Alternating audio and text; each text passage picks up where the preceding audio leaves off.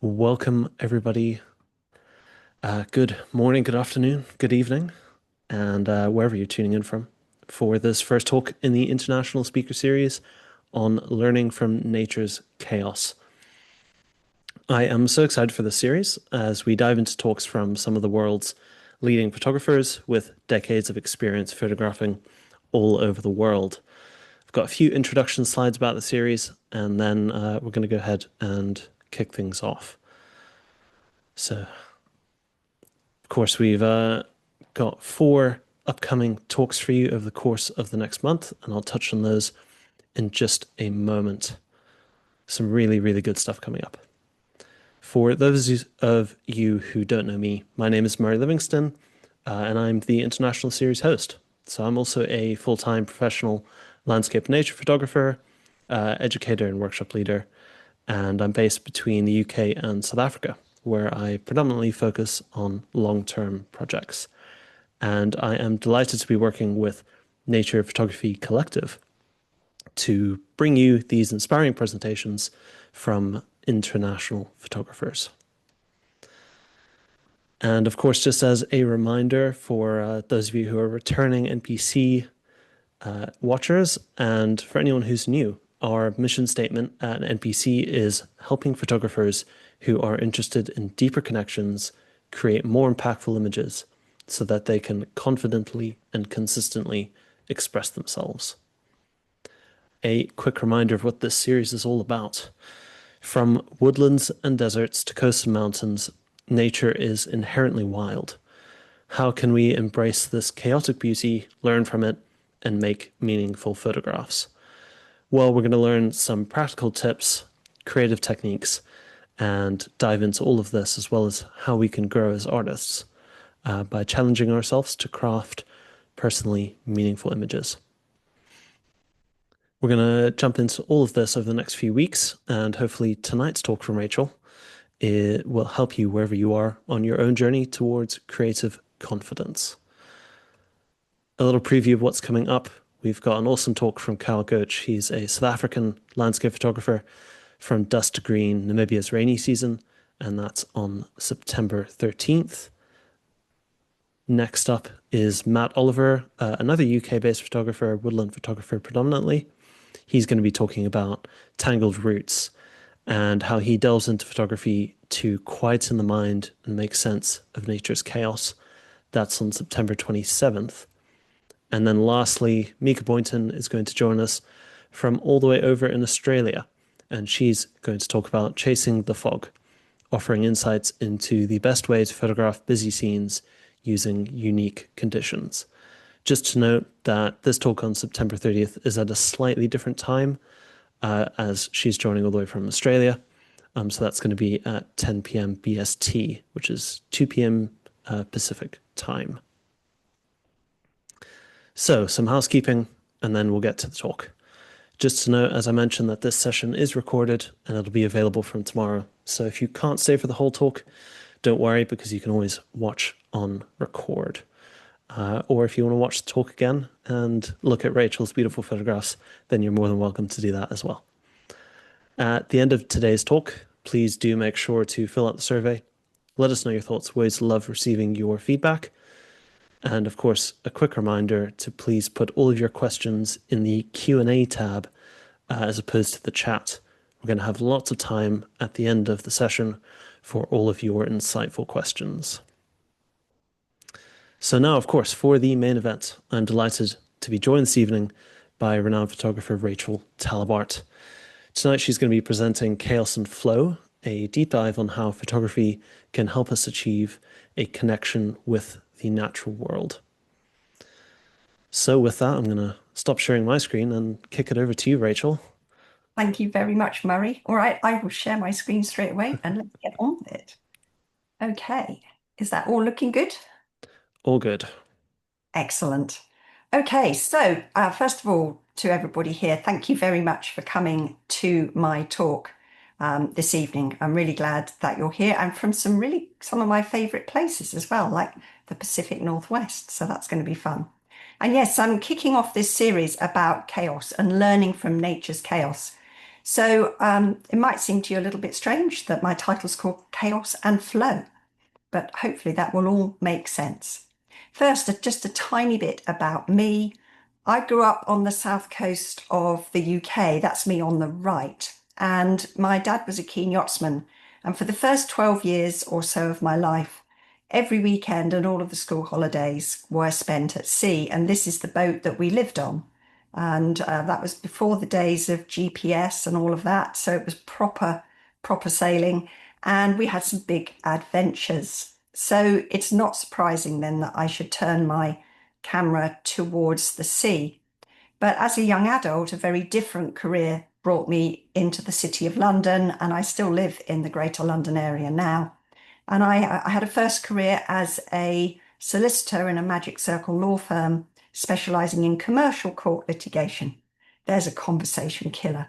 I spent most of my 20s and a chunk of my 30s pushing paper around in artificial light. I now spend my days getting slapped around the face by salt spray, and I'm much happier now. Now, one thing that would not have been welcome in my previous career is chaos, as I'm sure you could imagine.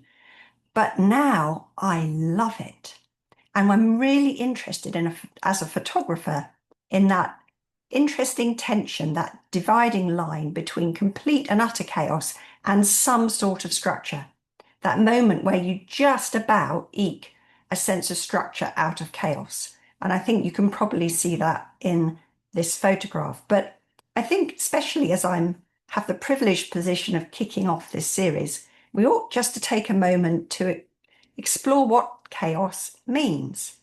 And I love words. So it comes from the ancient Greek chaos, meaning abyss. Oh, now there is an excellent word, abyss. What a great word for someone who loves the ocean. And just full of adventure, excitement, and a little bit of fear. And of course, I also happen to love, as anyone who's heard me speak before will know, I happen to love the movies, and I always have to get a movie reference. It's like a challenge, get a movie reference to every talk. And the word abyss takes me straight to two of my favourite movies from 1989 and 1988, respectively. So I'm sure some of you will have seen at least one of these. The Abyss on the left, an adventure film with some sci-fi. And at one point in that film, Ed Harris's character, who's the hero, has to take this journey right down, way beyond the deepest any diver has ever gone before, and even just crazily deep. And they kind of know this is probably a suicide mission. But as he descends, it's exhilarating, it's thrilling, it's a descent into the darkness and the unknown. And at one point, you think the poor chap's died, but then he comes back stronger than before because he's got past it and now he's in a new realm. And down there happen to be some amazing aliens that look like plankton. But that aside, the point is, this is the sublime, this idea in art of being awestruck by the unknown, by terrifying beauty, and nature is a brilliant source for that. And then on the right, The Big Blue, brilliant film, one of my very favourites. And the lead character, Jacques, he's a free diver. And he's a very good free diver. He's the best in the world, but he's done it too much. By the end of the film, he's dangerously ill and he's been told if he dives another time, he will die. But he can't help it because he's addicted. He prefers the life deep, deep in the darkness beyond where humans go. He prefers that to his regular life on the land. And at the end of the film, he takes one last dive. And at the bottom, if you saw the European release, the original of the film, he leaves go of safety and just kicks off into the darkness with a dolphin, probably going to die. If you saw the North American release, he is miraculously rescued and reunited with his girlfriend, Rosanna Arquette. But anyway, that's fine, whatever. But the point of this is that it's an irresistible allure, the deep, for him. It's full of excitement, the unknown, a thrill. And what he is experiencing is the other word in my title. He's experiencing flow. And the state of flow was first described by this gentleman whose name I'm not even going to attempt to pronounce. He said, flow is a state in which people are so involved in an activity that nothing else seems to matter. The experience is so enjoyable that people will continue to do it, even at great cost, for the sheer sake of doing it. And I suspect that there are many people listening for whom photography works this way. And that's what I'm going to be talking about. And that's my addiction, finding flow in chaos, finding within the craziness of the sea on its wildest days, finding a pure still moment where you see more deeply and you are present more fully. So that, because that is my addiction, if you like, that's what I'm seeking when I go out with the camera. It has helped me become what I'm going to be advocating throughout this talk, become experience orientated or oriented, depending which side of the Atlantic you are, versus results driven. So the more I am experience driven, the better my photography actually, but definitely the better level my happiness. So I'm going to be encouraging that, be experience driven, not results driven. And the structure is I'm going to share with you a few different moments during my photography career with photos, obviously, when I have achieved flow in chaos.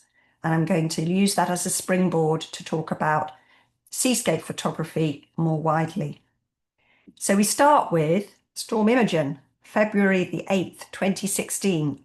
And all my stories have a little subtitle. This one is called Best Legal High Ever.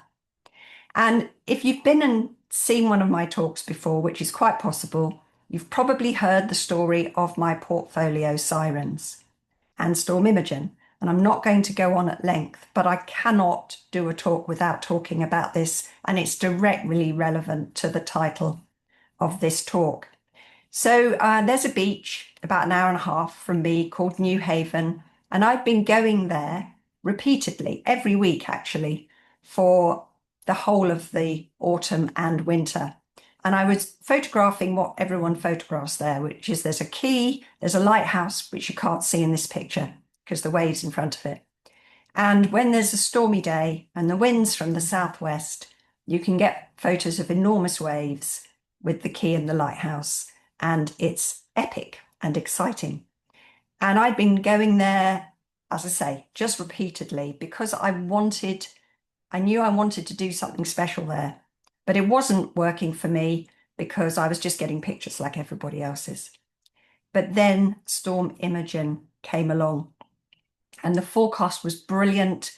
Wind from the southwest, gusting 80 miles an hour. This is a category 10 storm. And there was a chance that the rain would pass through and there'd be intermittent light. And most unusual of all, I was available. There was also an extra big spring tide, which would add power to the waves. So I rushed down to the coast first thing in the morning, and it was absolute pandemonium. It was chaos. The way the sea works there is when the wind's from the southwest, it pushes waves onto the quay. They ricochet back at all sorts of angles and hit other waves that are coming in. So there isn't the rhythm there that you get with rollers coming onto a sandy beach. It's just like the sea is boiling. It is complete chaos. And I had the best time. And I got my portfolio sirens, some of which are these photographs. But there's some aspects to this that I really want to emphasize. So I was on that beach for a long time, 6 hours, lying on the shingle with 70, 80 mile an hour gusts of wind, certainly no tripod in sight, spray, rain just pouring onto me and having the best fun. You just forget that you're cold, that you ache, that you probably ought to go and have a break because it is so absorbing. And I learned a few important things with that. So first of all, I did all of that portfolio with the one lens, my 70 to 200 millimeters. I didn't even carry my camera bag down onto the beach. I just had the camera with the lens on it. And in my pocket, I had some cleaning materials for the lens, for the glass, because there was a lot of spray. And I had spare batteries and memory cards, and that's it. And that simplicity really empowered me. It was pretty gnarly conditions. I didn't want to be worrying about looking after the rest of my gear, and I certainly didn't want a backpack. So that really helped. And then, of course, working at the long end of that really was getting in tight to the action.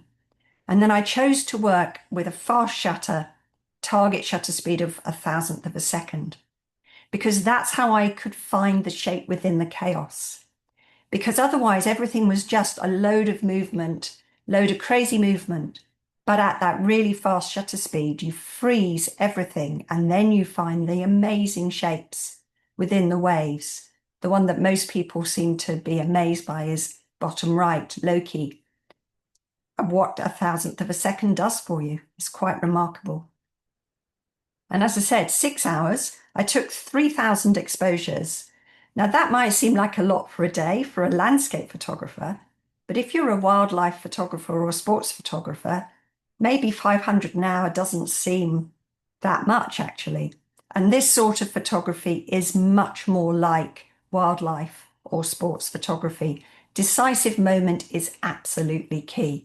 And whilst it's so important for all photography, for these very fast moving moments like this, it becomes everything. But this photograph is the one I want to dwell on briefly. So when you are lying on a beach for 6 hours in a Category 10 storm and you take 3,000 photographs, you don't always know what you've got. But there are a couple of photographs from that shoot where I actually remember seeing it through the viewfinder and clicking the shutter. And this is one of them. And for me, this is the most important photograph in the whole portfolio. It's called Maelstrom. It was the first one I published, actually. I went looking for it when I got back because I remembered it. And the reason it's special to me, though, is because it represents an important moment of experience. Because when I took this, it was near the end of the 6 hours. And during that time, I'd spent a lot of time looking through my long lens at a lot of movement. And when I took this photograph, I'd been doing that for long enough, perhaps it just needed me to keep going for long enough, that when I looked through my long lens at this, I no longer felt that I was an observer of the storm. I felt as if I were in it, as if I were part of it. And it sounds a bit woo-woo, a bit fanciful, but I don't know any other way to explain it. That is how it felt. And it was the closest, it remains the closest I've ever felt to nature in my whole life. And I've been around a while. It was incredibly powerful. And I would say that moment empowered me. I was on a high from that moment for at least a year. Perhaps I've still not come down. Who knows? 9 years later. It was incredible. That feeling of connection, of being absorbed into the storm almost. So I've continued to make sirens. That portfolio continued until I published my last book of it in 2022. And I've had other amazing, memorable experiences at the coast. These are just some of the photographs. And it's had great reception in press all over the world, won me some awards back in the day when I still entered competitions, and made me lots of money. It's prints. Some of the prints have sold out their editions through galleries, but also licensing. But in fact, it made my career. But despite all of that, if none of that had happened, it would still have been a win scenario because of that moment. That moment has informed my photography, everything I've done since, and we'll be coming back to it. Next, Oregon. Here we go. Lots of Oregon people here. October the 22nd, 2019, subtitle, Nature's Gift. Well, I got lucky with this little story because I didn't deserve to make any nice photographs that day. And I meant the chaos was of my own creation. And I'll tell you about it. So I was on holiday with my husband. We love Oregon. We've been a few times. And I'd gone to a new location in the evening, just as the light was falling, and we'd just gone for a walk. And I'd thought, that's great. That's lovely. But I'd also noticed that over the ridge, which I couldn't really get to, there was something that looked even better. And I did a bit of research and realized that if we parked somewhere else, I could walk. It would be a long walk, but I could walk down to this other spot that looked so amazing. And I said to my husband, can we do that tomorrow? What are you going to do? And he said, I've got some phone calls to make, so I can make them from the car. Let's do it. And then the next morning, we got up too late. We spent too long at breakfast. It took too long checking out of the hotel, packing and loading the car and checking out. Basically, I messed up. And by the time we got to that parking spot and I started walking the long walk along the beach to get where I wanted to go, the light was awful. I mean, the sun was right up above me. It was harsh light. It was a blue sky kind of day. And I was profoundly grumpy. I sort of trudged grumpily down this beautiful beach. And really, I was behaving badly. But then something happened because I heard a noise and I looked up, and on the bluff there were some trees, and in one of the trees there was a bald eagle, and it was calling. And then another bald eagle answered the call in a tree a bit further along. And then as I stood there and watched, they both took off, flew down over the beach, skimming just above the surface of the beach, and the closest one to me was just a few feet away, and they flew off out to sea and off down the coast. And I stood there transfixed. Now, to you North Americans, bald eagles are kind of ubiquitous, I guess. I don't know. But to us Brits, they're completely awesome. And in that moment, my mood changed. It turned around completely. I was awestruck. I was inspired. I was full of joy from this experience. And now I kept walking down the beach with a whole different outlook.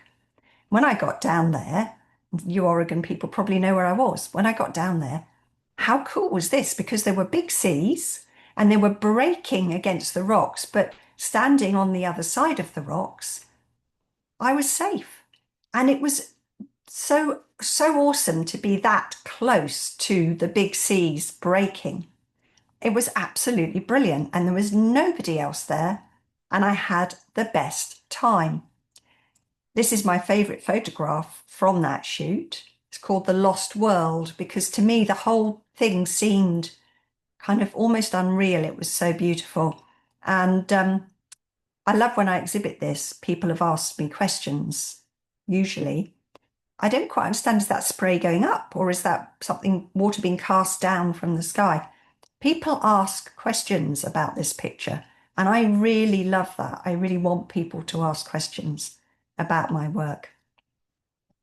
Now, I had such a good time there, thanks to those bald eagles, wherever they are now. I hope they're still thriving. That then knocked on to the rest of the trip. And on another day, I made this photograph, which turned out to be my favorite photograph from the whole year. And I can honestly say that I don't think I would have made that photograph if I had persisted in my grumpy mood, if those beautiful eagles hadn't woken me up to what I was standing in.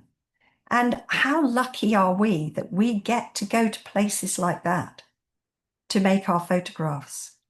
What a gift, what a joy. So my own chaos was put aside thanks to nature. Next one, Storm Eunice. Bit of a naff name for a storm, but anyway, Storm Eunice, February the 18th, 2022, otherwise known as fear of missing out. We're all bedeviled with fear of missing out, aren't we? And this was definitely one of my worst because I was on holiday in Cornwall with my lovely husband, and I was therefore a long way away from New Haven, my storm beach, and we got the UK's first ever red weather warning for a storm that was coming in.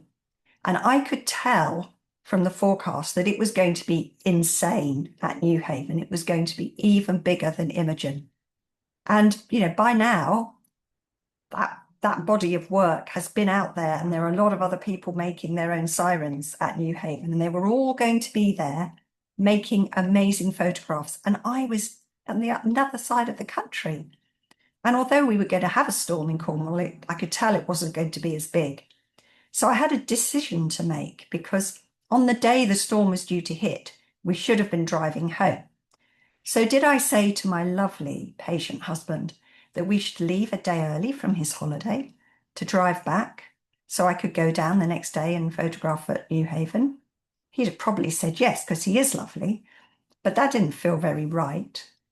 Anyway, I decided to stay put in Cornwall.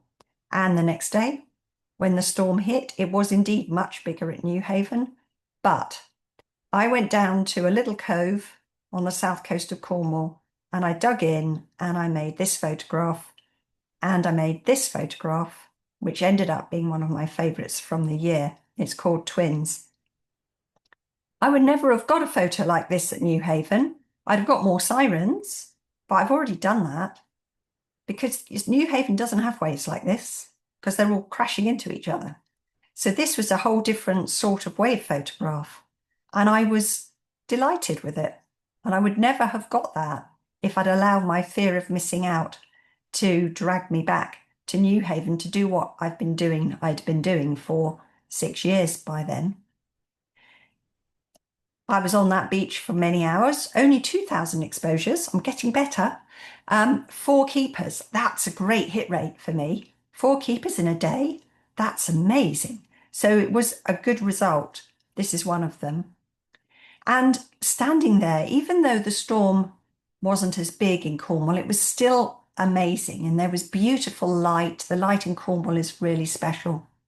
And I experienced a strong sense of awe. Awe is a big word, very intimately connected with the sublime, chaos, and even flow. A feeling of reverence, admiration, awe, and or fear. Usually it's inspired in nature by big nature. There's also connected with that a sense of being overwhelmed, of losing control, of not being in charge of what happens, which sounds a little bit scary, but that's the whole point. It's also really good for us. You know, we're always trying to control everything in our lives. Sometimes it's nice to just feel overwhelmed by something completely beyond our control. And I definitely experienced that on that beach. And I also used my long lens, but now I've moved on to a 100 to 400 millimeter. I'm getting longer, I'm getting in tighter, and I'm excluding as much as possible of context because context, landmarks, structure around the edge of the frame, those things help us feel in control. They make it easier for us to understand what we're seeing and to contextualize it because we can see, oh, yes, you know, there's the beach. She must have been doing that, standing there. There's the key, and so on. So taking that away, I think that really does allow me to express a little bit more of the chaos, hopefully still with just a hint of that structure. All right, next one, Nazaré, 2018 to now. I wonder if anyone here has been to Nazaré. I suspect some of you will have done. And if you haven't, you may have heard of it. It's in Portugal on the Atlantic coast, and it has the biggest waves in the world. Apparently that's official. I don't know. But they are enormous. And there's been a few TV shows about it. The one you've most likely to have seen is called 100-Foot Wave. And I think it was HBO or somewhere. I don't know. But anyway, the whole thing is Nazaré has enormous waves. And I've been going there for a long time. In fact, my husband and I actually have a home there because we love it so much. But my subtitle is Size Doesn't Matter. And I'll tell you what I mean by that. So when I was preparing this talk and thinking about Nazaré, I thought, I'll just go and see what's going on Google Images. And once I got to Google Images, it seemed like Adobe Stock had the top several rows of Google Images. So I nipped into Adobe Stock with the search Nazaré wave. And I'll probably get into trouble one day for showing this stuff. But anyway, there we go. Top 3 photos. Only one of those is real. I think you could probably tell which one it is. So I thought, this is weird. So then I delved a bit more deeply and I came across these.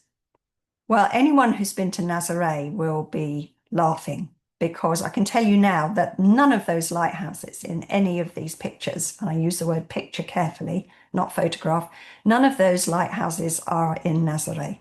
Nazaré doesn't look like this at all. But look at the specificity, especially the bottom left picture. Surfer riding huge wave near the fort of São Miguel Arcanjo Lighthouse in Nazaré, Portugal. That is what the lighthouse is called in Nazaré. It doesn't look like the one in the picture. But all right, they all say generated with AI, but this stuff gets shared all over the internet and people share it on and retweet it or whatever it is you do. I'm not on Twitter. Um, Gullibly believing this is true. And who's to blame them?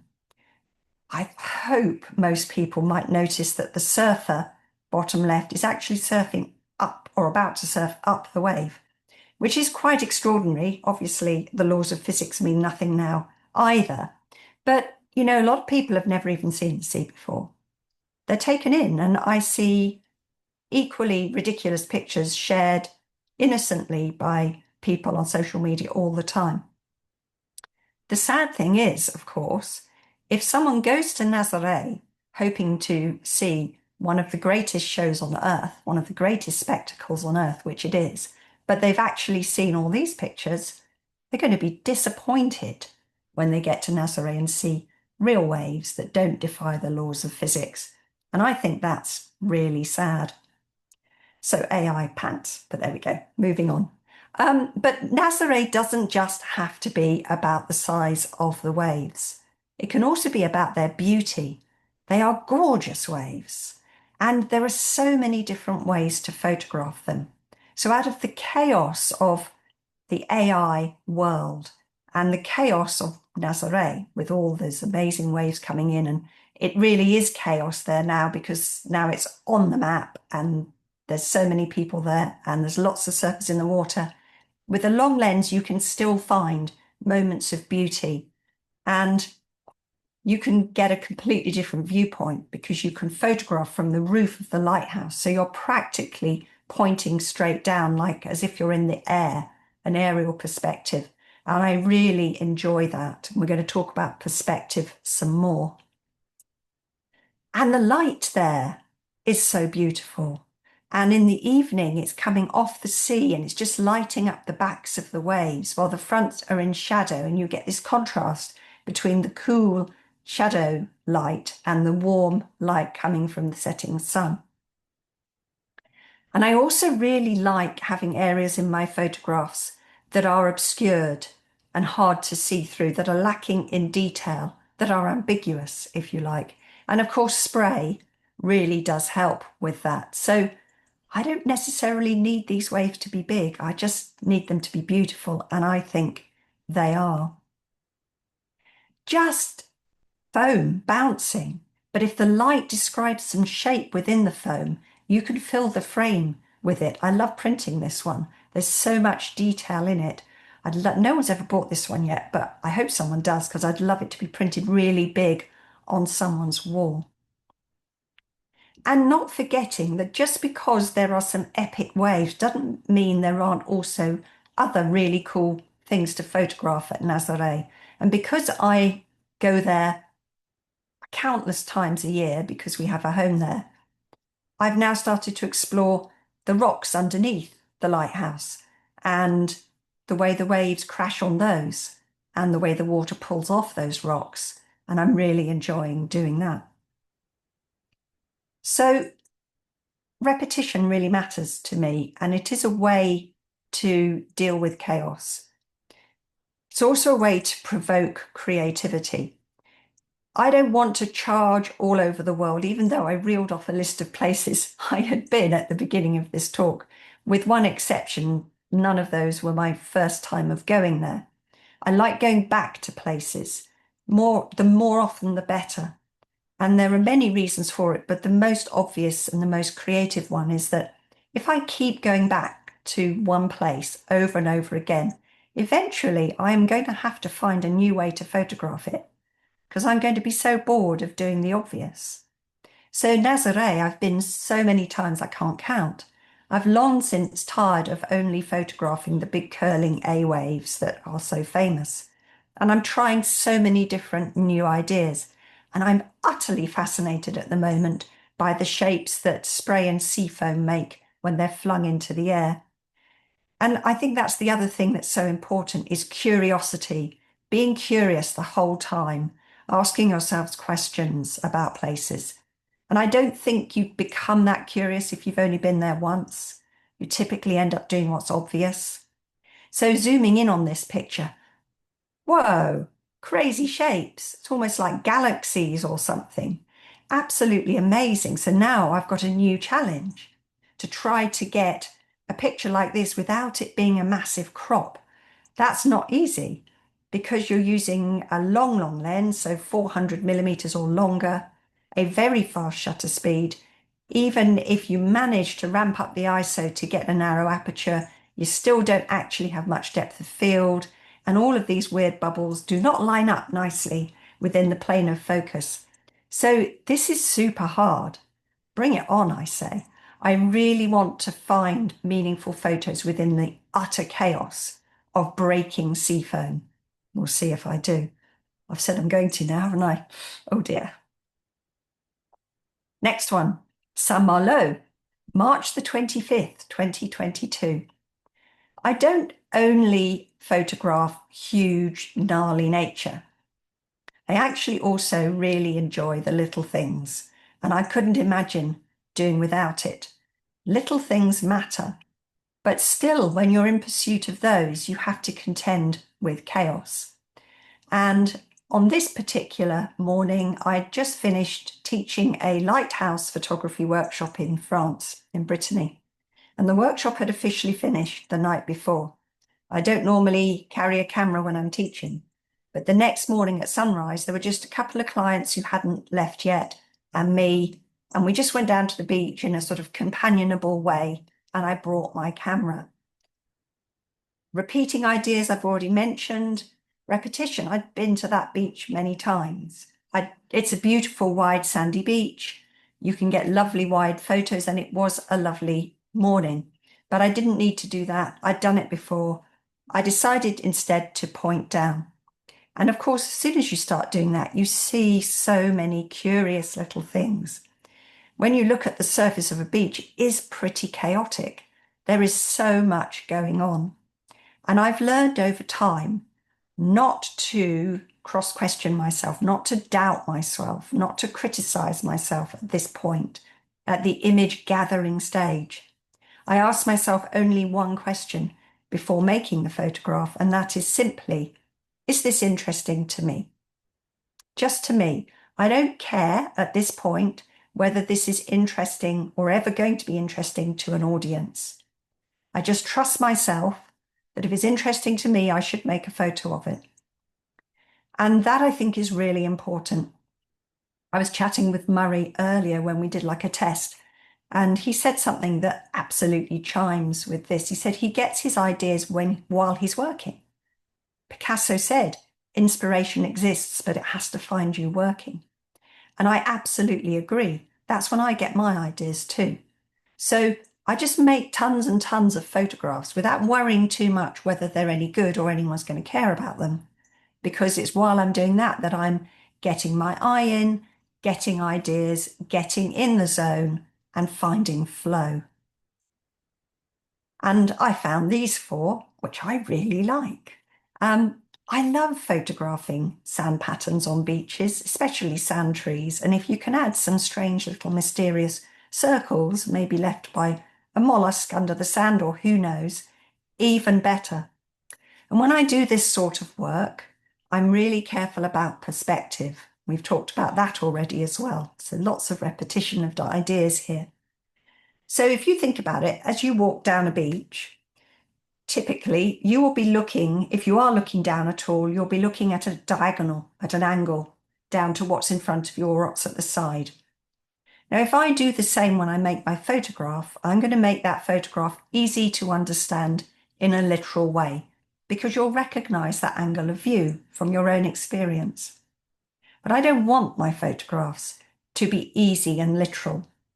So I try and get the lens completely parallel with my subject, pointing right down, because Nobody walks along the beach looking right down, literally perpendicular. So they're not used to that viewpoint. That's going to give them pause. And then, of course, the conceit here is that these water patterns on the beach are trees. So I can make them look like trees vertically like this in portrait format far more easily than I would, because I have that perpendicular viewpoint, than I would be able to if I had an angle. The nice thing is you can also flip them up the other way if you want. If you've no perspective, it works. This is probably my favourite photograph from that morning. Just finding a little bit of seaweed on the beach and waiting for a wave to wash past it. Again, that same perpendicular angle, no perspective, so that you're divorcing this from context a little bit. And another important point here, I've heard so many people say, oh, the light wasn't very good, so I did details instead. I think that is a mistake as an attitude, because those details are going to look better in good light, just like everything else looks better in good light. And I think if you think of detail work as just something you do when the light isn't suitable for the big vista, you're probably going to be rightly rewarded with mediocre details. So for me, it's not about whether the light's good or not. It's about whether I want to do details, and I very often do. And the nice thing about that perpendicular viewpoint now is that I can panel pictures like this. Be much harder to do if I had an angle of view in the photograph. And I mean, one of these pictures is in a completely different scale from the others, but they're all dendritic patterns. And I love bringing photos together like this in panels. I think it's really enjoyable. So one more set of detail photos with a slightly different story. Wales, October the 17th, 2021, otherwise known as No Such Thing as Bad Conditions. Well, nothing about this shoot should have gone right. And you can see the date, we're still sort of in COVID time. And I was supposed to be going down to Wales to do some photography with a friend for about 4 days. And I'd been looking forward to it for ages because we were all a bit photography deprived during COVID, and this was going to be a great adventure. But I'd been away in Scotland for another reason before, and I started to feel very unwell. And when I got back home, hoping to turn around and head to the coast the next day, I realised that I really wasn't very well at all, and it felt a lot like I might have COVID. Lateral flow test said I didn't, but I couldn't in good conscience head down to the coast, share a cottage with my friend, hang out with her in the car when I might give her COVID, or indeed anyone else we might have met. So I thought I'd better get a PCR test done. Oh, this it's all coming horribly back, those times. We've forgotten about them rather, haven't we? So I booked a PCR test, went down, had it, but they said we can't get the results to you until tomorrow. So I was already missing the first day of the trip. Still feeling really quite unwell. And the next morning, surprise, surprise, I did not have COVID. So I thought, shall I go or not? Because I really don't feel very well. I spoke to my friend. She said, oh, come on. We won't carpool. We'll use our separate cars and, we'll just be careful. So I went. I felt quite unwell, but I drove down, and she was already on a beach of her choice when I arrived about an hour before sunset. Headed down to the beach, and it was a featureless sandy beach. There were nothing in the water, no landmarks, no interesting cliffs, just a flat sandy beach. Can be lovely, right? But there were no waves whatsoever. And it was a clear blue sky, very harsh light. And I tried so hard. I was pottering up and down the beach, making pictures of rubbish and all sorts. And I was feeling so fed up and so unwell. I very nearly messaged my friend and said, I'll meet you back at the car, I'm done. But I didn't. I said, no, Rachel, you keep going. Just keep going. Keep making photos. Just photo things that interest you. Don't worry.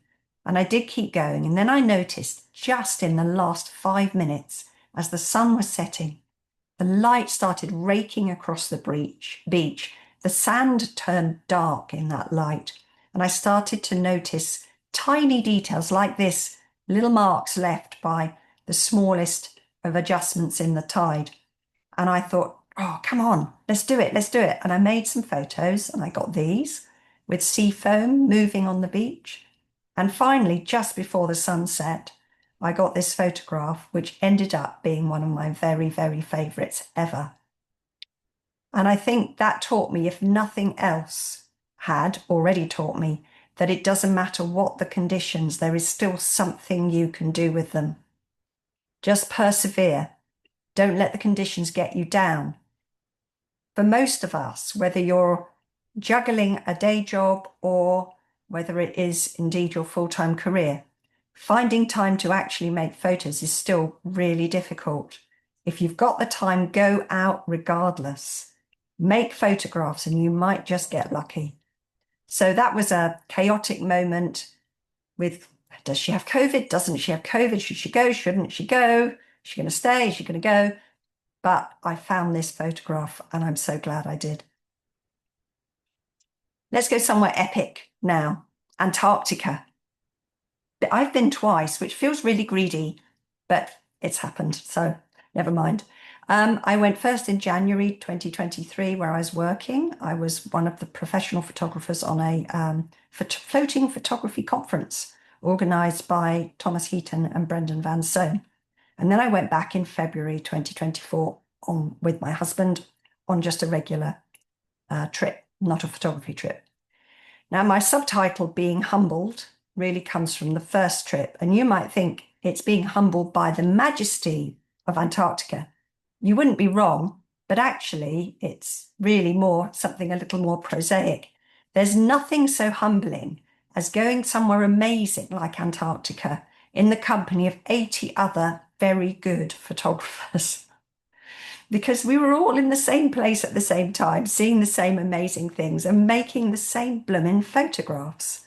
This was really hard to get in the zone because I hate the feeling that other people are making the same photograph that I am. And I've used this quote a lot with my clients. I would rather make a rare photograph of something common than a common photograph of something rare. Oh dear, this is a rare thing. It's not something most humans encounter in their lives, but this is a very common photograph because there are at least 80 other photographs exactly like it. So what to do? Well, the solution was my good old long lens. By now, my 100 to 400. Because as soon as you shoot with a long focal length, you are picking out one small detail from the bigger scene. And the chances are the bit you're picking out isn't the same as the bit the other photographers are picking out. And so that, for me, ended up resulting in the best photos from that trip. I juggled 2 bodies and 3 lenses on that trip, but the long lens photos are my favourites, almost without exception. So here, instead of showing the whole iceberg, showing just its reflection with some small bits of brash ice floating about. Or this is the iceberg with the arch, just picking out a detail within it rather than the whole arch. My favourite iceberg photo ever. It's called Valley of Ice. And like in so much of my photography, I'm deliberately excluding information. I've given you no context. You don't know what scale this is. And my title is even making that a little bit confusing. Valley suggests something big. I can't even remember how big this was, but I'm really pleased with this photograph. And I'm pretty certain, because I haven't seen one, no one else made it. And once I embraced the long lens, of course, I realized that the Southern Ocean is beautiful. I don't just have to photograph penguins and icebergs. I can photograph the water. And so I did. Even though we were on a expedition ship and I'm quite high up off the water, I got some photos I really enjoyed of the surface of the sea. And that led me to my moment of flow from Antarctica, because this picture now is from my second trip. Having learned my lesson on the second trip, I put an 180 to 600 millimeter lens on one body and I used almost nothing else for the whole trip. And again, just as back with Sirens, just walking down with just one lens and one's body, it was very freeing. It was very settling and it really helped me get into a state of flow. And because of that, I ended up spending all my time on deck when everybody else was in the bar, cocktail hour. They really feed you on these ships. So everyone was enjoying all of that. And I was on deck the whole time. And shooting at 600 millimeters, I could photograph almost anything. If I could see it, I could fill the frame with it, which was really exciting. And on one afternoon, we were traveling from one spot to another and it was raining. It had been raining most of the day, and everyone else was in the bar, and I was on deck, that weirdo on deck. And it was so lovely because as I watched, the rain started to be sleet and then to be snow. And I noticed the water was looking slushy, and I was thinking, what's going on? Why is the water all fuzzy? And then I realized the sea was so cold that the snow was freezing on the surface, that it was settling on the surface. Well, for me, from the south of England, I'd never seen the sea so cold that snow would actually settle instead of melting when it hit the salt water. So that was absolutely amazing. And I tried photographing fast, the one on the left at 1/250th, and then I tried photographing slow at a 25th, the one on the right. And as I watched, the snow started to cohere with other snowdrops on the water and form little bits of pack ice. And I realized I was actually witnessing how pack ice forms. And that was really interesting. There's still nobody else up on the deck. And I enjoyed making these photos at a 20th of a second. And I thought the one on the right, especially, almost looked like they were flowers with white stems. I don't know. It seemed like that to me. I was really enjoying it. And you know what it's like when it snows, right? Everything gets really, really quiet. And there was just the softness of the snow falling and gradually forming these packs of ice. And it was so beautiful. I completely forgot where I was or what I was doing. I was utterly in a state of flow. This is my favorite photograph from that. I wish I could share it with you as a giant print. That's how it's intended to be seen. It doesn't work on social media at all. At least you can see it a bit bigger here. Um, but that picture for me, even if I never get to exhibit it as a large print, and people only ever see it on Instagram and think, she's lost her mind, there's nothing there. That picture pulls me straight back to what it was like on the deck in that amazing moment. Was one of the best experiences of my photographic life. Well, we're nearing the end, you'll be glad to know. But here's another set, and now you'll be confused because mountains 2023 to who knows? I haven't stopped yet. Also known as beyond the comfort zone.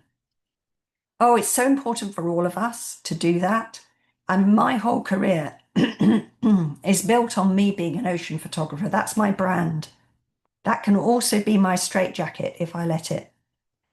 And I've just written an article commissioned by Elements magazine about photographing mountains from the perspective of an ocean photographer. And it made me realize just how much I've enjoyed photographing mountains. We don't have mountains in the south of England, but I've always found them amazing. And I have been a very keen watcher of mountain movies all my life. So when I got to Antarctica, it's weird that I should have been so utterly surprised by the mountains there, but I was. I'd expected penguins and whales and icebergs and all of that. But for some weird reason, I hadn't really thought about the mountains. I don't know if deep in my head, Antarctica was just a vast white plain. I don't know. It's ridiculous because I must have seen photographs of the mountains there. But anyway, whatever the reason, when I got there, they surprised me, which was amazing. They are so beautiful. According to many geographers, they're an extension of the Andes. It kind of goes under the Southern Ocean and comes up again in the Antarctic Peninsula. They are really charismatic, craggy mountains. And of course, they're covered in snow, which really appealed to me. And I realized that actually they have a lot in common with waves. This one looks a bit like a wave, doesn't it? And it's even got spindrift coming off the top. With waves, it would be sea foam spindrift, and on a mountain, it's snow spindrift, but spindrift it is. And they're sort of triangular as well, a bit like waves. So actually, the mountains were speaking a language that I understood. And I loved them. And I made loads of photographs using all the techniques that I had learned with ocean photography. I found shapes like my sirens in the mountains. How cool is that? Working with my 600mm lens out on deck when no one else was out because it was too cold or whatever. I was the only person on the ship, this was 2024, who got this photograph, who even saw this. And I just couldn't believe it. It's a dragon, right? Well, it is to me. And it happens to echo Sedna, one of my favourite sirens. I also really enjoyed, just as I showed you with those seafoam photos from Nazare, I really enjoyed the way the atmospherics here in Antarctica, low-lying cloud, would move about, obscuring part of the scene, revealing other parts the whole time. All of this I could do from the deck with my 600mm. And also that whole idea that I've talked about making the viewer feel as if they're in nature. For me, rather than show the whole mountain, which I think actually diminishes the mountains, I use the long lens to try and find little secret plateaus and scenes and moments that the viewer might not see. And I love doing that, taking you into another world. So for me, all of this talk, and I'm nearly done, ready for questions, hope you have loads of questions, is about this finding flow and flow within the chaos that is big nature, but also little nature. And I've learned techniques that make it easier for me to find flow and to get in the zone. And I'm going to tell you a little story about someone who didn't do that, and we'll just finish there really. So I teach in Antarctica quite a lot. And a few years ago, not Antarctica, sorry, Iceland quite a lot. A few years ago, I was there with a group and I'd taken them to a waterfall, not one of the big famous ones, just a little waterfall, but a very beautiful one. And they were all there doing their thing and I was watching, making sure no one needed me, etc. And I was aware of a car pulling up. We were the only ones there until this car pulled up. And I sort of looked, and a man got out of the car and went straight to the boot, got his gear, picked his tripod up, put his backpack on. He looked very, very steely-eyed, very determined, and he marched very fast and in a very determined way down to the waterfall. Probably sighed when he saw my clients, but either way, whether he did or didn't, he knew exactly what he was about. He was so efficient. He knew, probably he'd researched it, what he wanted. He walked straight out to a spot. He set his tripod up, set the camera up very fast, made the photograph, packed it all away, marched back to the car and drove off probably to the next thing to photograph. Right, super efficient guy. Maybe he was on a commission and he needed to photograph every waterfall in 24 hours. Who knows? Let's make excuses for him. But one thing is for sure, he did not in any way experience the spirit of that beautiful place. Not at all. He couldn't possibly have done. He was analytical and he was efficient, but he definitely didn't achieve a sense of flow. He definitely didn't achieve a connection with that place. His photograph may have been amazing. It may have been far better than any my clients made that morning. I don't know. But my clients, I can tell you now, they did experience the beauty of that place. And when we eventually left, they left with smiles on their faces and they had had a wonderful time there. And so for me, and I recommend this to clients on my workshops, it's so important to take time out from making photos just to experience the place. So it's really important to make a point of being there, of being present in that place and opening your mind to the spirit of it. Before you start to make photographs, walk around. Just practically speaking, the last thing you want to do is spend 2 hours on the first thing you saw, and then as you're leaving, you see something better and it's too late. But in any event, go and walk it because that's the only way you're going to really understand the place. Take the time to do that and to experience it, and also to use your senses. This is mindfulness proper, not trendy mindfulness. Look, but don't just look. We may create visual art, but we need to experience the whole multisensory thing. So listen, feel it. How does the spray feel on your cheek? Maybe you can taste salt. No, experience the place in your senses. I honestly believe that that is the best way to make yourself a better photographer. And if I could wish for one thing only for natural world photographers, it would be that we could all get away from this dreadful tendency to treat nature just as a resource to exploit for our photographs. And let's reconnect with it. And I'm sure many of you already do this, but there's a lot of people who don't. And I think they're really missing out. So I come back as I draw to a close. This is my last slide to the point I've been making from the beginning. For me, this is the way it works. No other way is going to work. I am experience driven, not results driven. Yes, paradoxically, that gets me better results, I think. But that's if someone said to me, right, none of your pictures, no one's ever going to like your pictures again. I'd be very sad. But everyone's going to ignore them on Instagram. They're not going to be published. No one's going to buy them. No one's going to license them.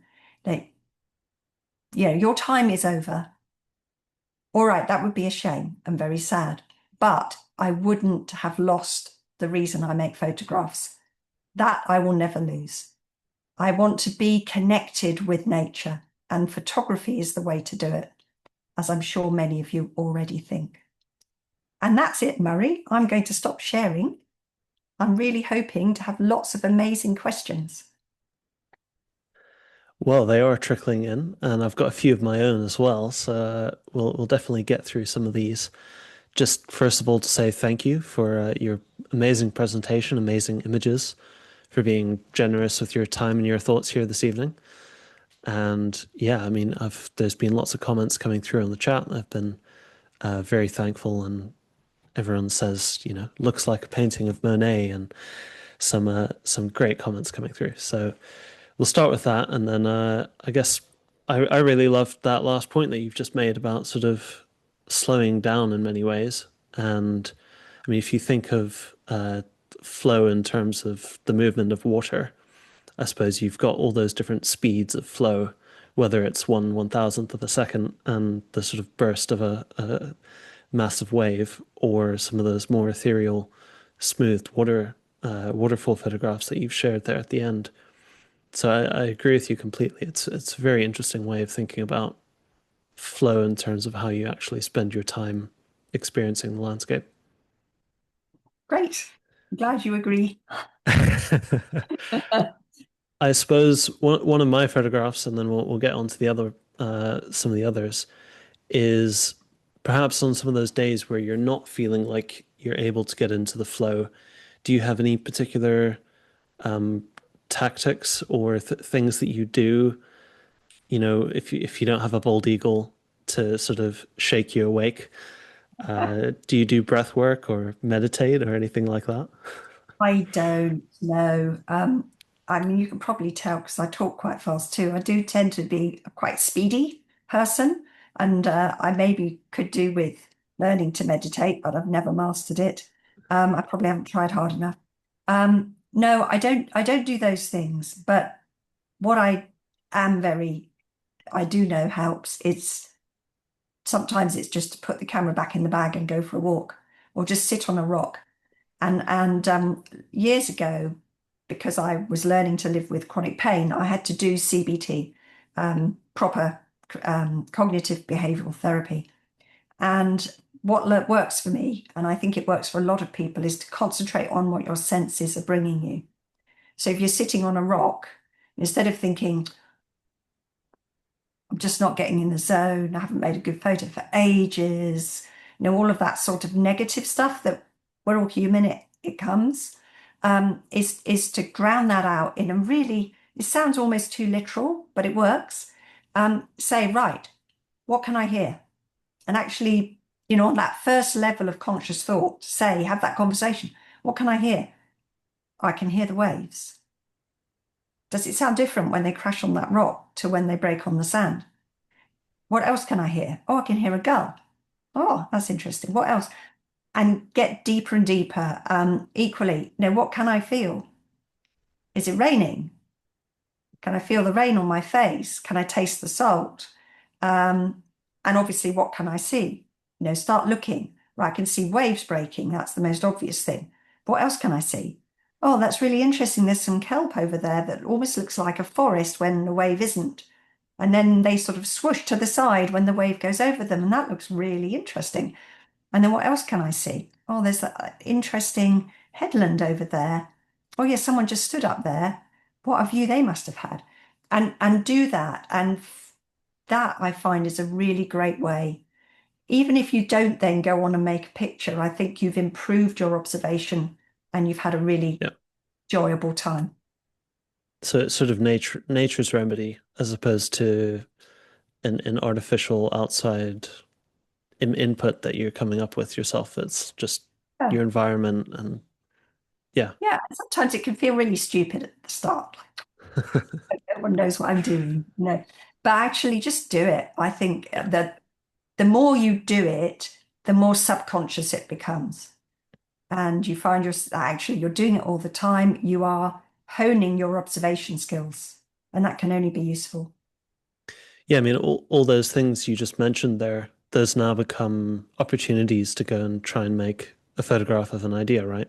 So you've just built an enormous visual inventory of things to go and try to make photographs of, and hopefully one of them you connect with, right? Exactly right. And it's also just really nice. It's just really Yeah. nice to do that, to be fully present in this. I mean, let's face it, we must all love nature or we'd be doing studio work or something, right? Yeah. So, you're present in the thing that you love. It's only good. Yeah. Thank you. So, a question from Harriet Hi, Samuelson, Harriet. sorry. Black and white versus color. How do you make that decision? Uh, with one exception, I make that decision before I click the shutter. So for me, that workflow is really important. I like to be super intentional. I don't really find it works for me to go back later and say, maybe that would be better in black and white. So that doesn't fully answer the question, but it's important information. I'll come back to fully answering the question. So the one time when that's not an option is when it's waves, because if it's high speed wave photography like Yeah. storm imaging or whatever, I absolutely don't want to risk missing something because I'm changing to black and white in camera. So I'll just do the whole shoot in color or the whole shoot in black and white, probably color. And then I will decide on a picture by picture basis later. And there's all sorts of reasons why I might choose black and white rather than color. One of them might well be because I don't really want to be too documentary. Hmm. And color is much more documentary because we see in color. So I really like the way it can feel more artistic if you work in black and white because you're already removing you're removing, I like removing context. Color is context. You're Yeah. removing context. So that I think is lovely. I also think that sometimes it can feel easier and more acceptable to go hard on an edit if it's a black and white picture. Because if it's color, it feels like it needs to be realistic.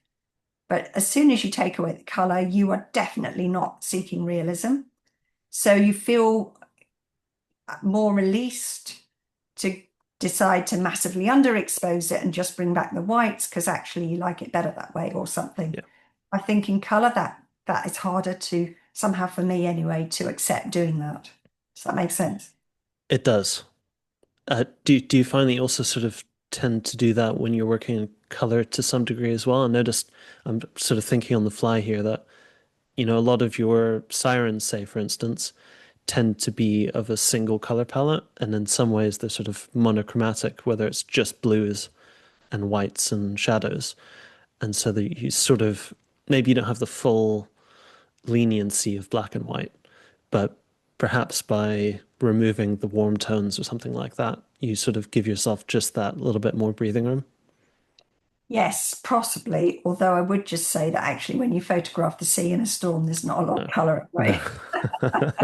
But I did desaturate ever so slightly, desaturated most of my colour sirens Right. because I don't really enjoy that very demanding aesthetic that comes from having really vibrant colours. Equally, a lot of my work is low contrast Mhm. because I don't particularly enjoy the really high contrast in your face impact. Um, so that's just my own personal opinion. It's not, I'm not suggesting other people have to do it that way. So we all just have our own personal preferences, I guess. Absolutely, absolutely. There's probably a few questions here that have got some intersection. And so I'll Oh, sort I of don't ask a, mind repeating myself. It's fine. So go for it. I'll ask a, or I'll try and merge a few of these.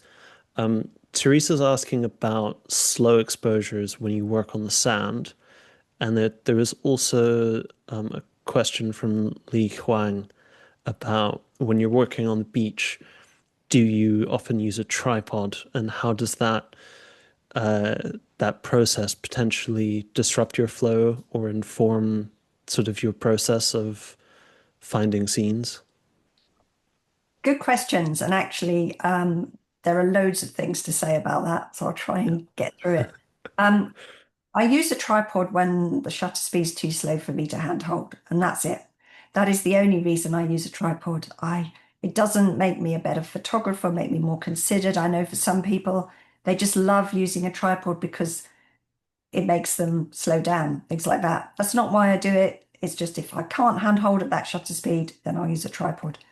So for the beach work, that's often the case, especially if I'm trying to get, like in the picture I showed you with a bit of seaweed and the seawater swishing around it. That's going to be a slow shutter speed. I'm not that steady. Also, I'm going to want quite a narrow aperture because I want corner to corner sharpness. So, that is really going to push me towards a slow speed as well. So, yes, I'll use a tripod, but it doesn't really. I know tripods for some people can be really impeding, inhibit their creativity, and so they don't like to use them. I don't find that's the case with that sort of work because typically I'll set the camera up on the tripod so that it's pointing straight down, and I just pick up the whole thing and move on to the next thing. But there's a key point underneath all of this, which is I know it doesn't work for me to chop and change. So if I go down to a beach and I try 1 minute to do a detail and next minute to do a big vista and then go back to the details and keep, that doesn't work for me at all. I wish I could do that. I just can't. I have to get in the zone of details or in the zone of the wider view. So that makes using a tripod easier because I'm not constantly having to change lenses and adjust, the tripod. It's either cameras on there pointing down. I know what lens to use, which is my 24 to 70. I've got the cable release and I'm just carrying that around. I look really stupid, but no, I always have. So it's fine. We're all right there with you. I thought no, it's a great point, and it's I suppose also when you've, for instance, I mean, with those seaweed or even shells, when a wave's washed over it, it's not like you're standing there photographing the same thing over and over again. It gets moved, so you are sort of forced to sort of flow with the movement of your subjects. Yeah, and it could drive you mad. If you Yeah, want to have a day of frustration, this is the sort of yeah, photography to do because quite often the sea just takes your seaweed or your shell and takes it right up the beach. You get a white rectangle. And or then the tide decides it's never going to come around your shell again. And you just knew you were going to get this perfect photo and it never comes up until you walk on to the next shell and behind you, it's just done the perfect thing that you were waiting for. So yeah. David has got a good question here about he says that he finds it easier to find a sort of state of flow in the field, but he really struggles when he gets back home and it's time to start editing. So his question is, do you have any tips on how to pick and edit with intention, especially when you're sort of working on a few projects at the same time.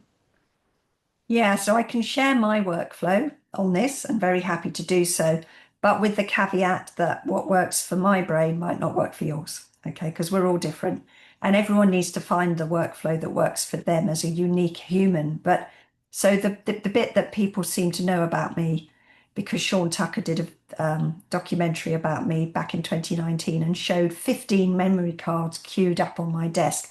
I'm not quite that bad now. I've just got one actually. That's because I haven't used the camera much lately. But the point is that I have this big gap. So while I'm out in the field, I do chimp. I don't chimp if it's like a storm and I've just got to, I might just check that my exposures are okay, but then I'll just don't want to miss the decisive moment. But if it's slower photography, if it's like the shells on the beach, now I totally review the pictures that I've made while I'm still there. It's brilliant. I used to use film, we couldn't do that. But now we can. We can review what we've done while we're still there, and we have a chance to do it right if we didn't get it right the first time. So as I'm reviewing, if there's a picture that I think, oh, that might be great, I'll give it a star in camera. You can rate in camera. So I'll give it a star. And that does give me some help when it comes to reviewing the pictures afterwards. But then when I get home, I do not upload the pictures. I try to leave it as long as I possibly can. So the memory card that I've got here at the moment that hasn't been uploaded is from a shoot at the end of June. But I've been known to leave them much longer than that. And that's because, as it might be that some people can tell from my presentation, I get very excited when I'm out making photos. It's a wonderful, emotional experience, a multi-sensory bonanza. And it doesn't matter how good my photographs, if I look at them too quickly, I'm disappointed because they can never measure up to that multi-sensory experience while it's fresh in my mind. So I need distance from that experience. And the better the experience, the longer distance I need. So eventually I might, I can't even remember what's on that card now. So I might upload it, and that's really nice. It's like, oh, that's interesting, which is lovely because I've forgotten. And then I'll upload them all into Lightroom and I won't delete unless there's something like completely disastrous, like I started a long exposure and changed my mind and it's a black rectangle. But otherwise, I won't delete because I'll be a different photographer in 2 years. I might be looking for something different. I don't want to risk deleting now something I would have loved then. But I'll go through and I'll look for, you can do a search by rating. I'll look for all the starred pictures and I'll probably start with those. So that already has cut down on the boring bit, especially when you've got 3,000 photos to review from one day. And so I might edit one or two of those. I don't spend a lot of time on editing, not because I think it's wrong to do so. I have no opinion on that. You do what you enjoy as the artist, but because my happy place, just like the person who's asked this question, I suspect, is out on the beach. So I want to have the least amount of time editing to have the most amount of time out there. So I try and get it right in camera if I can. Saves me time later. And then once I've got an edit that I like, might have taken me 10 minutes. You can do a lot in 10 minutes, but that's enough. I'll then print it. And now we're getting back into my happy place because I love print. And I'll print it on the paper I think I like for it at A3, and I'll stick it on the wall behind me and I'll live with it. It's amazing what you spot, mistakes, all sorts of things, or just something you would do differently over time. And then I'll change it, print it again, and so on.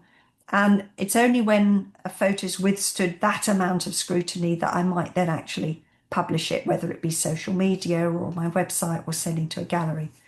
So that is actually quite a slow workflow, but a workflow that has also promised me the least amount of time in front of my computer. And that is what I need. But Mm. I really want to be clear that doesn't make me better or more pure. That's rubbish. So I know I work with photographers who get super creative in Lightroom and Photoshop and make really meaningful work that way. That's where their happy place is, and good on them, but it's not mine. Yeah. I think I'm much more on your side of the equation, um, personally. And Mhm. yeah, as much time spent out in nature, and Yeah. that was sort of for me the goal of becoming a photographer. So I'm right there with you. Yeah. Um, Hopefully, David, you've got something out of that question. You can sort of morph it or mold it into something that works for you. I want you mentioned sort of briefly, which I think is quite an important point, sort of changing as an artist. And I wonder if you could talk to how limitations, creative limitations, have helped you develop as an artist.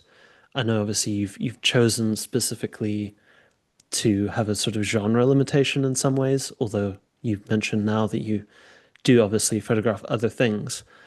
I wonder if you have any ideas on that concept of sort of creative development and for perhaps for people who are feeling a bit stuck and like they've been photographing the same thing over and over again and they can't come up with that new interesting way. Yeah. Yeah. I mean, we've all been there, and we'll all be there again because it comes with the occupation. I think I mentor quite a lot of clients privately, and so I've seen a lot of people going through this kind of process. And not every solution works for everybody, once again, but there are many different ways to get through it. One of them is definitely to go and do something out of your comfort zone. So maybe for me, photographing mountains, or um, maybe for you, I don't know, but go into London and do street photography, Yeah. something that you just don't normally do. Um, you may not become a street photographer or a mountain photographer, but it may actually inform the way you do what you are going to do. It may give you a new insight, and it's a really good way of jolting yourself out of the doldrums. So that can really help. With my mentees, I actually tell them, I give them assignments. I will point them to a portfolio by a well-known photographer, and I'll say, right, you have to go away and you have to make 4 photographs that would fit in that portfolio. And yes, they're copying to an extent, although they're not allowed to go away and just like, reverse engineer a viewpoint and put their tripod, feet in the same holes and things. That would just, they would get a slap over the wrist metaphorically. But they have to go away and create work that would fit into that aesthetic, and it may be completely different from their normal aesthetic. I hasten to add that if they were ever to share the work online, they are required by me to honour their influence. So whoever I've asked them to be inspired by, they would then have to say, this is work is inspired by X, is portfolio, and so on. Because I think that's really important. But that can really do a lot of good because you're asked to go away and do work in the style of another photographer that is quite hard actually. And in the process of that, you're probably going to start to understand what your own style is. Mhm. How are you different? Which bits of this other photographer's style did you not particularly enjoy or get? Which bits did you? How can you stitch those together and produce something of your own that's different? I think all of those things can help. And sometimes you've just got to power through. Just don't stop making photos. Keep going out and make really crappy photographs over and over again until you make one that's not crappy. I like that point about sort of going out into your outside of your comfort zone. And I think perhaps also for a lot of people, what I notice is they stay within the photography world and you sort of see, at least online, you see a lot of the same stuff over and over again. And I always tell people to go and look at other art forms, whether it's pottery or painting or whatever it is, because there's people thinking in different ways, using different mediums, and those things can inform something that you connect with in photography. I so utterly agree with you, Murray. I Yeah. think that's really important. I wish more people thought that way.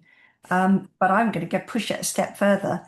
I also think it's good for you to make work in a different medium. So Yeah. I'll give an example. Me, I recently was in Portugal at our home there for 3 weeks, and apart from one day, which is the memory card that's sitting here yet to be uploaded, I didn't use my camera at all. But every afternoon, sitting in the garden, I drew something I'd seen that day. Now, I cannot draw. I am very bad, but I drew something I'd seen that day and I coloured it in, so and so on. And I knew that I would never show those drawings to another human, right? And it was brilliant. It was so lovely doing that because I've completely and utterly divorced the process from results because I'm Yeah. never going to show those to anybody else. And I have absolutely no pretensions to become a drawer, an artist who draws with pencils and colors things in. I was doing it just for the pleasure of doing it. And I think that is something really hard once you've started to get really, not bad at photography. It's really hard to stop thinking about results. Hmm. It's, we're all part of the modern capitalistic world where we're all striving for results all the time. So doing something in which you have no skill Yeah. and you're never going to show to someone else and just trying to do it for the sheer pleasure of doing it. Obviously, you make it the best you can. If you're slapdash about it, you won't enjoy doing it anyway. But you know you're never going to share it, and it's so good, actually. It made me really relaxed, and I loved it. Yeah, you force yourself to have zero expectations because Yeah, you're learning something entirely new. Yeah. exactly.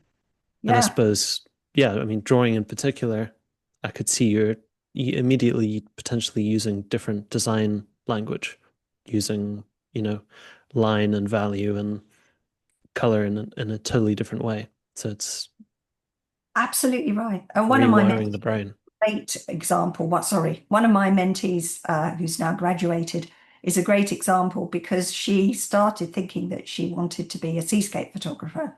But I Yeah. thought she showed incredible talent at close-ups and detail work, albeit within the natural world. And I got her to do all sorts of things that she would never have thought of doing. And I suspect she never thought I was going to make her do. She might have not always thanked me in her head. But one of the things I got her to do, just crazy, I got her to make moss spore prints. Not moss, sorry, mushroom spore prints. Where did the word moss come from? I don't know. Mushroom spore prints. And some people listening might know what that is, but basically you can actually make really interesting abstract prints from mushrooms that you put on paper and the spores come out. I don't think she ever thought I was going to make her do that, but she did it. And she is a very, very fine photographer of detail work, especially. Very, very skilled. So making some really powerful work. Um, so yeah, definitely do crazy things. So we've got a few more questions here. Perhaps we'll do some quick fire technical questions for you, if that's all Okay. right. Yes. So Roy was asking he says, what size lens, assume focal length, did you use for your sand tree photographs? Yeah, good question. All of those were with my 24 to 70 millimeter lens. It's a great lens for that sort of work. It's got a really close plane of focus, focusing distance. Minimum focusing distance is really close, but you can get in tight. It doesn't give you a lot of distortion because it's that nice medium focal length. So typically those photos, I couldn't tell you without going to look them up, but typically they're going to be in the 40, 50 millimeter zone, probably in the middle Yeah. somewhere of that lens's reach. Great. Judy is asking, were you hand holding when you were photographing the snow on the ship's deck at 1/20th of a second? I was, but I was leaning on the railings. I was Right. using the railings as support. Yeah, it's really hard to use a tripod on a slippery deck on a boat. Yeah. So I just didn't bother. Actually, I don't know why I even took the tripod. It never got out. Probably just hated me for the whole trip. I suppose unless you're going on a shore landing of some sort. Yeah. It would be tricky. I mean, it's tricky down there. Anyone who's been will know because you have to disinfect and clean anything that's going to touch the ground. So you'd be disinfecting and cleaning your tripod after every trip. But frankly, I was quite happy just to leave it in the cabin. Yeah. Uh, Joyce is asking, maybe this is verging on a creative question, but do you compose in the viewfinder, I suppose, as opposed to the back LCD screen?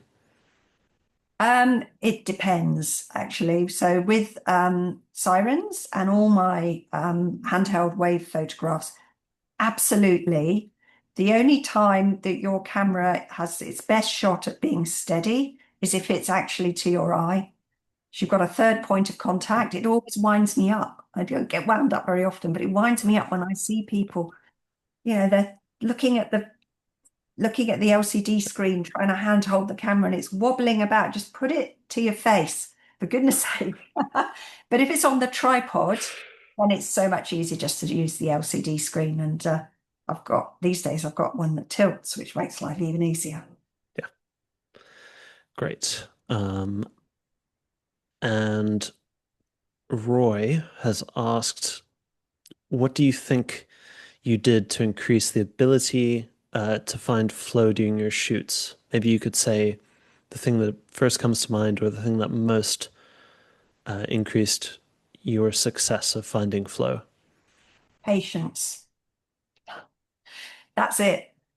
A willingness, there's two things. So patience connected to a willingness to be uncomfortable as well. Yeah. So, you know, I'm out photographing in crazy weather. And sometimes, for example, I've been to Scotland quite a bit. I could be on the beach, maybe on Harris. Lots of people have probably been there. I can be on the beach. I'm quite a long walk from the car, and a squall will come through. For those who are not sure, that's just like a really super short, sharp storm, like might last 5 minutes, 10 minutes, something like that. And then behind it is going to be some amazing light, almost always.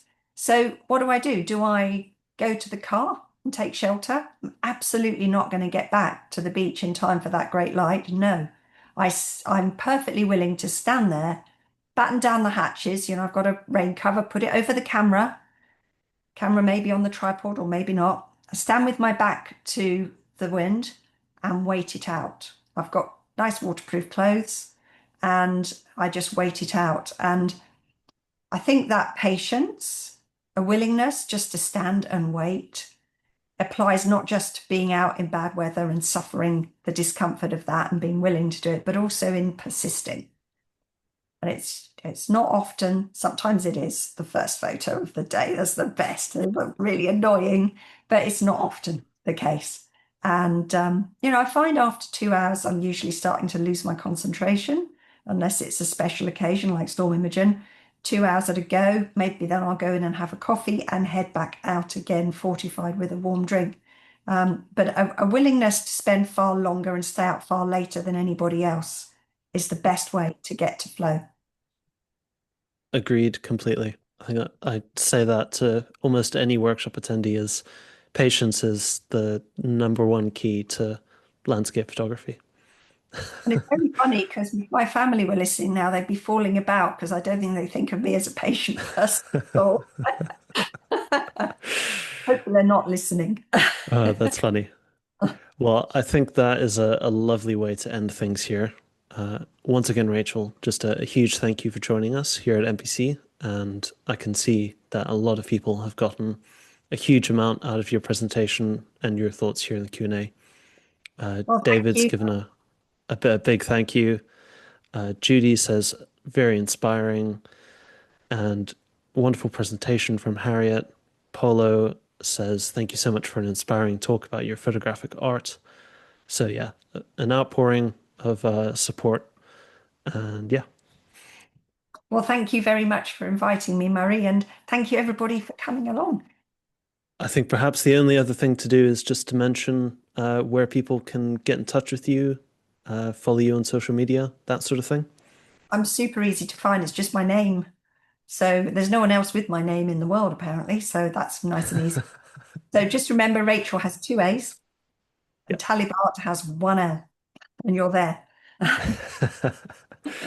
Great. Thank you so much. Thank And thank you. you everyone for joining.